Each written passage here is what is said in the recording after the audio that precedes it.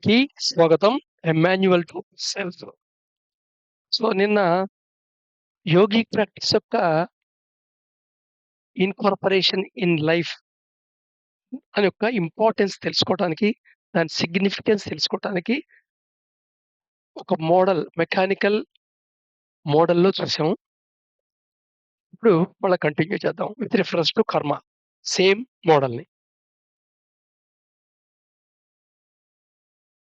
Right. నిన్న మనం చెప్పుకుంటాను ఈ యోగిక్ ప్రాక్టీస్ అనే వీళ్ళని ఇంట్రొడ్యూస్ చేయాలనుకున్నాం.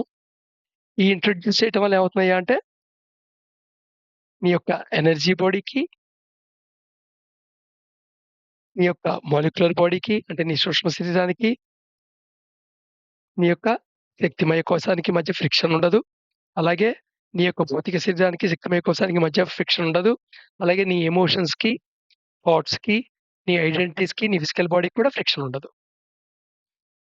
సో, ఇదనమాట. దీంట్లో ఇంకా ఫర్దర్‌గా స్మూత్ అవ్వటం కోసమని కొన్ని కొన్ని పాయింట్‌లో సిప్ లైన్ అనే చిన్న చిన్న వీల్స్ యాడ్ చేయాలి. థాట్స్ దగ్గర, ఎమోషన్స్ దగ్గర, ఫిజికల్ యాక్టివిటీస్ దగ్గర. అందుకని జనరల్‌గా యోగిక్‌లో యోగిక్ ప్రాక్టీస్‌లో ఈ మూడిటిని టచ్ చేస్తుంటారు. దాంట్లో కొన్ని ఫిజికల్ ప్రాక్టీసెస్ ఉంటాయి. మెంటల్ ప్రాక్టీసెస్ ఉంటాయి. ఎమోషనల్ బ్యాలెన్సింగ్ ప్రాక్టీసెస్ ఉంటాయి. తద్వారా you will do the action. ఈ ఫైనల్ వీల్ పెద్ద వీల్ ఉంది కదా! యాక్షన్ చేస్తుంటావు. ప్రతి సిట్యుయేషన్‌లో సర్టెన్ యాక్షన్‌కి నువ్వు ఇన్వాల్వ్ అవుతుంటావు. ఇంతకుముందు తెలుసుకున్నట్టు ఈ యాక్షన్‌లు కర్మ వృద్ధి డైరెక్షన్‌లో ఉండొచ్చు. లేదా కర్మ నాశనం వైపు ఉండొచ్చు. కర్మ వృద్ధిలో ఉండొచ్చు. కర్మ నాశనంలోను ఉండొచ్చు. దేర్‌ఫోర్ 3 రకాల ఛాన్సెస్ ఉంటాయన్నమాట యాక్షన్‌కి. Right action, wrong action and inaction. సామాన్యంగా రైట్, రాంగ్ అంటే ఇక్కడ మంచి, చెడు అనేది కాదు. యాక్షను కర్మాన్ని వృద్ధి చేస్తోందా? కర్మాన్ని నాశనం చేస్తోందా? కర్మని డిసాల్వ్ చేసి, డిసింటిగ్రేట్ చేసే డైరెక్షన్‌లో ఉందా? లేదా డిసింటిగ్రేషన్‌లో లేదా? ఏదైనా ఎంత గొప్ప పనైనా సరే అది అక్యుములేషన్ ఆఫ్ కర్మ, సంచిత కర్మకి దో దావతీస్తే అది రాంగ్ యాక్షన్ కిందే లెక్క. ఉదాహరణకి 10 మందిలో నీ దాతృత్వము, నీ దయాగుణము, నీ దాన గుణము ప్రదర్శించుకోవటానికి నువ్వు దానం చేసావు. అక్కడ అది రాంగ్ యాక్షనే అవుతుంది. అంటే కర్మ కేవలం దానం చేశాడు గదా! అనే లెవెల్‌లో ఉండదు. కర్మ అనేది డిఫరెంట్ లేయర్స్‌లో ఉంటుంది. సో, ఇన్ రిటర్న్ నువ్వేదో కోరుకొని చేసావన్నమాట. అప్పుడు అది సంచిత కర్మకే యాడ్ అవుతుంది. రాంగ్ యాక్షనే అవుతుంది. సో, ఈ right action, wrong action, in యాక్షన్‌కి తేడా తెలియటం అనేది చాలా ఇంపార్టెంట్. కానీ గమ్మత్తు ప్రతి పని మూడిట్లో 3 రకాలుగా చేయొచ్చు. యాక్షన్ అదే ఉంటుంది. కానీ లోపల నీ సంకల్పం మార్పుండొచ్చు. నీ ఉద్దేశంలో మార్పుండొచ్చు. లేదా నేను డ్రైవ్ చేస్తున్న మోటివ్‌లో, ప్రేరణలో మార్పుండొచ్చు. నీ థాట్ లెవెల్‌లో థాట్స్ ఒక రకంగా ఉండొచ్చు. చేసే పని ఒకటుండొచ్చు. నీ ఎమోషన్‌కి అలైన్ గాకుండా నువ్వు పని చేసుండొచ్చు. నీ థాట్‌కి, ఎమోషన్‌కి కూడా అలైన్ ఉండకపోవచ్చు.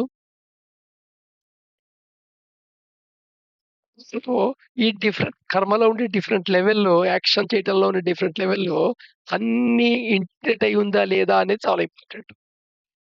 ఆ ఇంటిగ్రేటర్‌ని ఒక పర్ఫెక్ట్ డైరెక్షన్‌లో ఉండాలి. ఆ డైరెక్షన్ ఎలా ఉండాలంటే కర్మనాశనం వైపు ఉండాలి. అంటే అక్యుములేషన్ ఆఫ్ కర్మకి దోహదపడకూడదు. అప్పుడే అది రైట్ యాక్షన్ అవుతుంది. దీనికి మంచి ఉదాహరణ రిడెంప్షన్ అని చెప్తుంటామాట.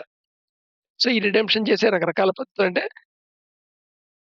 నీ కర్మ కాన్సీక్వెన్స్ నీకు ఎదురైంది ఒక సిట్యుయేషన్‌లో నువ్వు రిడీమ్ చేస్తావు. ఇదో రకంగా ఎలా చెప్పొచ్చంటే నువ్వు ఎదురుగుండా వాడిని కొట్టగలవు. అంత సిట్యుయేషన్ ఉంది. వాడు చేసిన తప్పుకి. కానీ కొట్టకుండా క్షమించి వదిలేస్తావు.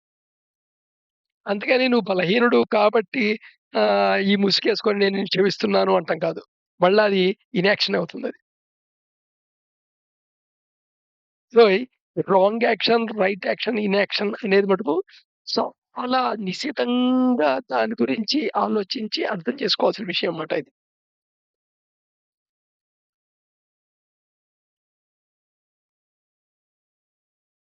ఒకసారి మళ్ళా ఈ మెకానికల్ మోడల్ గురించి చెప్పుకుందాం.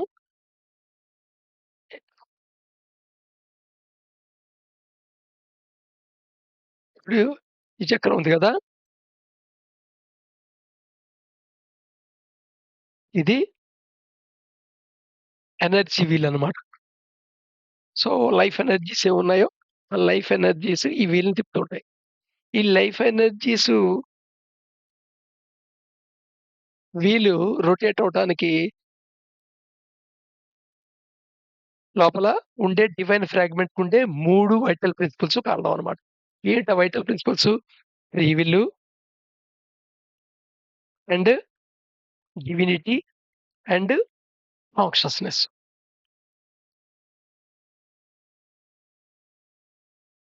ఈ లైఫ్ ఎనర్జీసు 3 నీ శరీరాల్ని, ఆ శరీరానికును అనుసంధానించబడి ఉన్న thinking ఇన్‌స్ట్రుమెంట్స్‌ని work out చేయిస్తాయన్నమాట.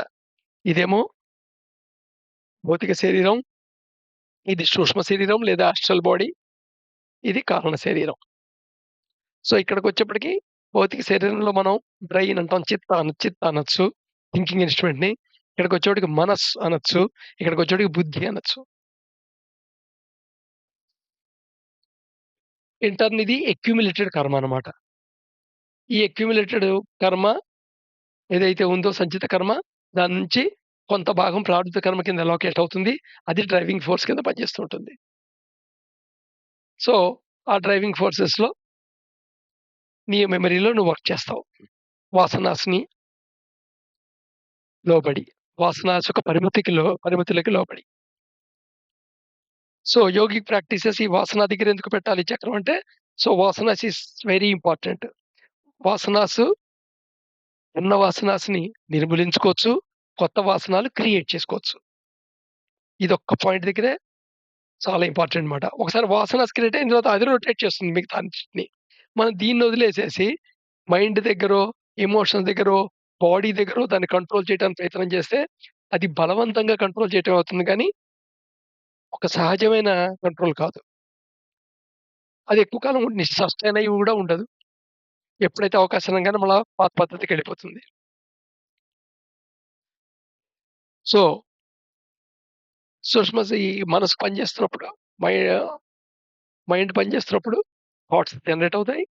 And emotions generate అవుతాయి. నువ్వు నీకు కంప్లీట్ ఏదైతే నువ్వు ఎక్స్‌పీరియన్స్ అవుతున్నావో, ఆ మొత్తంతో నువ్వు ఐడెంటిఫై అవుతావు. ఇది ప్రాసెస్ నడుస్తుంటుంది. సో, టోటల్ యోగిక్ ప్రాక్టీస్ వీటన్నిటిని అడ్రెస్ చేయాలన్నమాట. రేపు మళ్ళా కంటిన్యూ అవుదాం.